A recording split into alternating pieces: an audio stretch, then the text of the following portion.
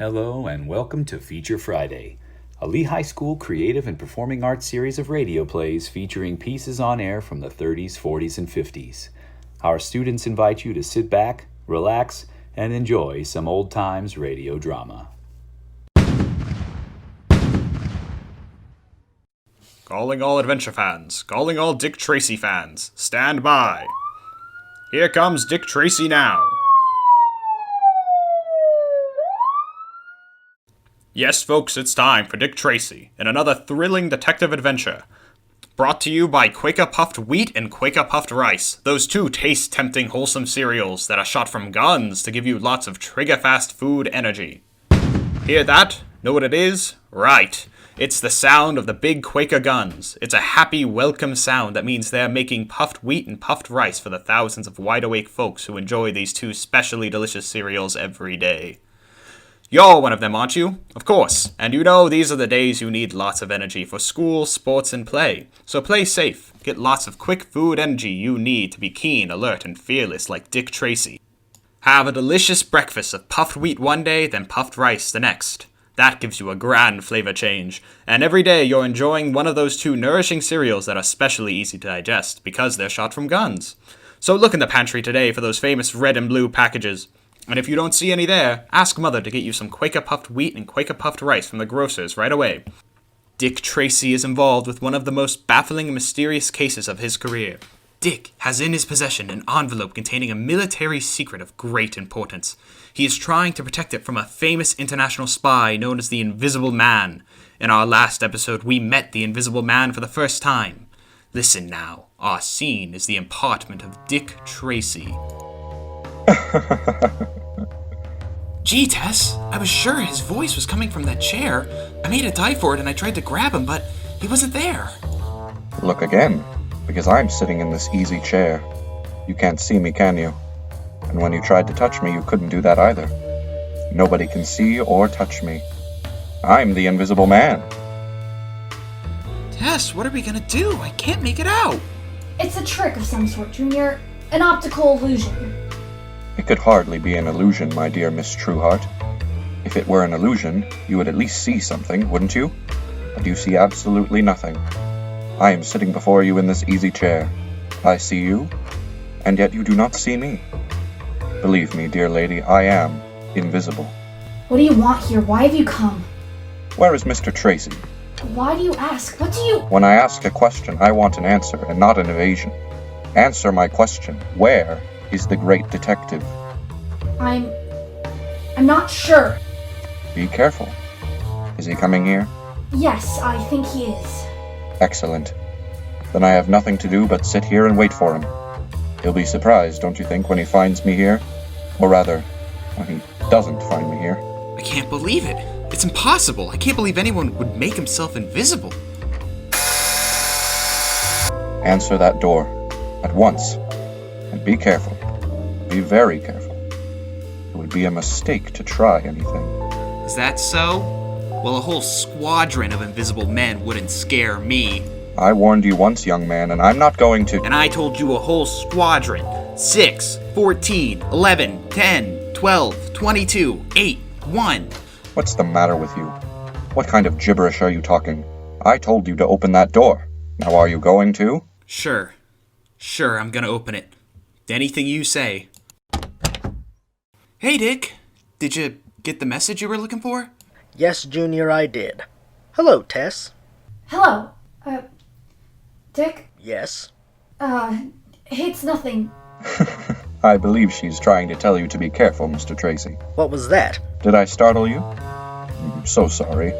It does come as a shock the first time, doesn't it? You startled me, I'll grant you that, but... It's the Invisible Man, Dick. He's sitting in your easy chair. Oh, interesting. Making yourself at home, aren't you? Always. You don't mind? Not at all. Glad to have you with us, which, under the circumstances, is a quaint way of putting it. Very quaint, and very amusing. But now, Mr. Tracy, would you like to know why I have come? I'm mildly curious, yes. I have come here for the envelope which you have in your pocket. Envelope? Yes. Don't pretend, please, you don't know what I'm referring to. The envelope I'm after was given to you by the inspector this afternoon. It contains a secret of great value, a secret of military nature, but we won't go into that. An excellent idea, because even I don't know what's in this envelope, and I don't want to know. All I'm interested in is seeing that the envelope stays in my possession. I'm warning you, for the first and last time, either put that envelope on the table or I shall put a bullet through you. Put that envelope on the table. If you are invisible, why are you afraid to approach me? I couldn't touch you, you know, if you were what you pretend you are. I'm not going to waste any more time. I've given you your chance. Now I'm going to shoot. Go ahead. I'm waiting. Dick, give him the envelope. Don't worry, Tess. Let's see how sinister the Invisible Man really is. Well, I'm waiting. Go ahead and shoot. For a man who's impatient, you're certainly losing a lot of time. Why don't you shoot? Or are the bullets in that invisible gun of yours invisible as well? Now don't tell me that you...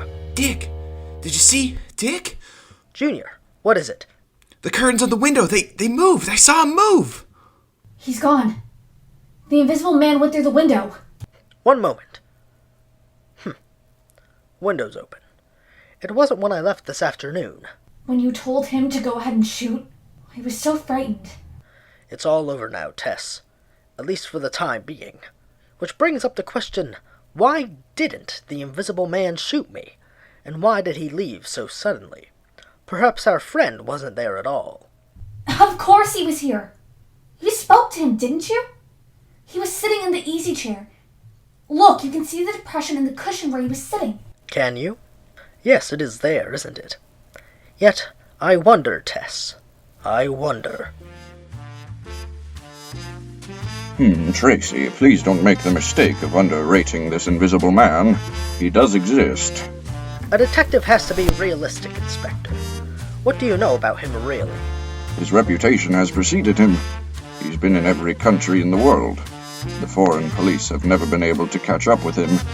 He must possess some secret formula which makes him invisible to the human eye. He's not only invisible, but he's clever as well. I don't believe he's invisible. Well, he was at your place, wasn't he? You talked to him, didn't you? Yes, I did. But that still doesn't prove that he's invisible. You put that envelope in the vault this morning. Well, here's further proof of the invisible man's cleverness. I received this note shortly before you arrived this afternoon. Shall I read it to you? Yes, please do. Perhaps you ought to read it yourself at that. All right. At midnight tonight, I shall steal the envelope from the vault at police headquarters. Surround the vault with hundreds of policemen. Take all precautions.